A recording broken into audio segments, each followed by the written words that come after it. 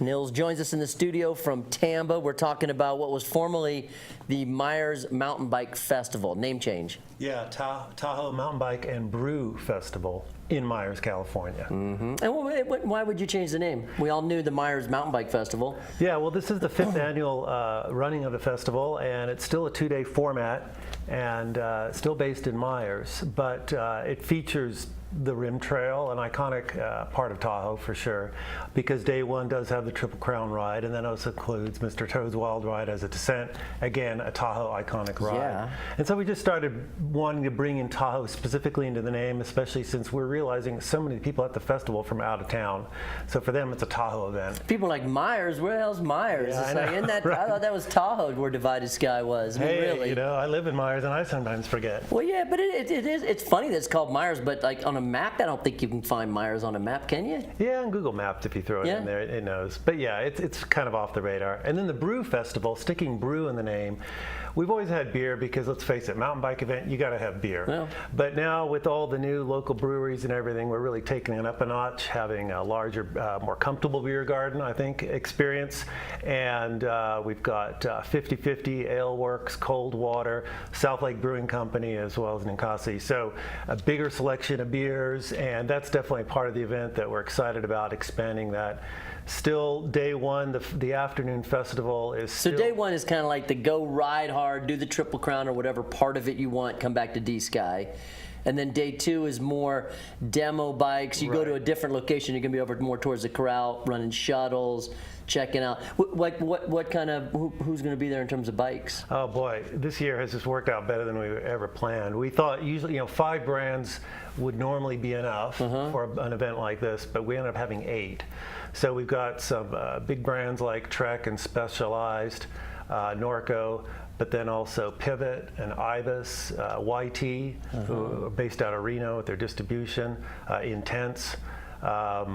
Rocky Mountain, new this year. So we have a total of 8.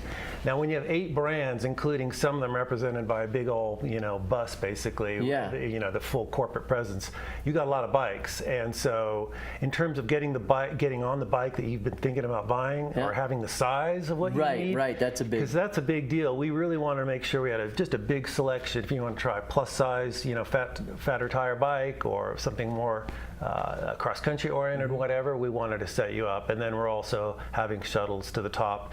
So the day 2 is more focused on the corral area, and we'll have some booths and activities going on there. But day 1 is more of a festival vibe.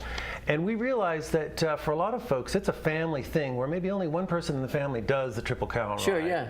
And so we want to make sure that the afternoon event has enough activities to keep everybody interested, and we have some stuff for the kids to do, that kind of thing. And so the idea is that really, the first day is kind of a festival atmosphere. For those who really want to do the Triple Crown ride, which is over 5,000 feet of climbing and over 30 miles of single track, the single track portion I think might be a little less. Can we have our fax checker run the numbers on that? Hey, all details are on our website, TahoeMTBFestival.com. Speaking of, do people need to register for this to get in the demo program, to do the ride, to be a part of the whole festival? We really recommend that, especially when it comes to the demos, because everybody wants to get on a bike. This is one of the most affordable demo events in the Western U.S. that I'm familiar with. It's $50, only $50 if you pre-register. And so people need to get on the website and register now for either the morning session or the afternoon session. All proceeds from the event go to Tampa, and we get a pretty good shot in the arm in our funding from this. I think over $8,000 the last couple of years, and that money gets directly turned into building and improving our trails. We did some work on Toads, actually, a whole bunch of rock work there to make that trail ride better, and also not get quite as hammered late in the summer. Yeah, cool. So well, that's great, man. Yeah, everything that's going on in Tampa, the trail building, this festival's super fun. Yeah. We appreciate you coming in, talking about it. But right now, I think on the phone from the U.S. Coast Guard Auxiliary, Bruce. What's up, Bruce? Hey, good morning, everybody. How are you? Doing good. What's happening on that? Hey, have you seen that video we talked about yesterday yet?